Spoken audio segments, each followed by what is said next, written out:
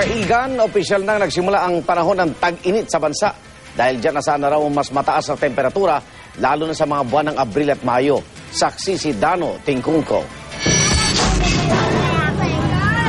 Huwag na raw magtaka kung mula umaga hanggang gabi mainit ang panahon. Ayon sa Pag-asa, simula ngayong araw ay opisyal nang pumasok ang summer season. Nalusaw na kasi ang high-pressure area sa mainland China at high-pressure ridge sa offshore China. Nangangahulugang tapos na ang northeast monsoon. Pagka-summer, usually mas malayo tayo sa sun. So yun yung distance natin. Kasi lumalapit din yan eh. Meron tayong uphill yun and perihill yun. So sa ngayon, pag papunta tayo ng summer, medyo palayo tayo. Pero yung tilt naman natin, napapuntang sun. Dry and warm kung ilarawan ng Pag-asa magiging panahon ngayong summer. Dito sa Metro Manila, inaasahan ngayong buwan ang average temperature na 33.3 degrees Celsius na pwede pa raw pumalo ng hanggang 35 degrees Celsius. Pero mula Abril hanggang Mayo, asahan daw ang mas mataas pang 36 degrees Celsius na average temperature sa Metro Manila.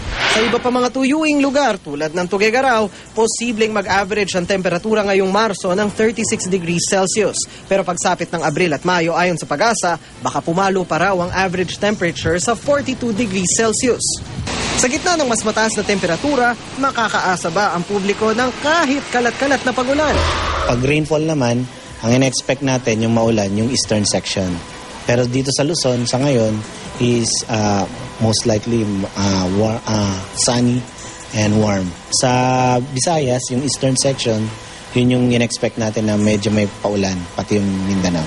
Bakit ang eastern section? Dahil sa easterlies naman. Hindi pa man tuloy ang sumisipa ang temperatura, ang ilan nating kababayan, iba-iba na ang diskarte laban sa sobrang init. Dito sa Barangay Kamuning, Quezon City, halimbawa, bentang-benta ang sa malamig at halo-halo. Halo-halo with ice cream. Ba't naman tayo nagka-halo-halo with ice cream? Mainit eh. Gusto ko po kumain. Gusto ko po. Gusto mo? Bakit gusto mo ng halo-halo ngayon?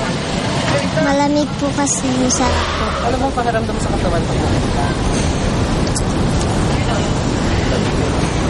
Ano po? Malagyan. Malapit. Pag kumain ka ng halo-halo, anong pakiramdam? Masarap. Ako si Dano Tingkungko, ang inyong saksi.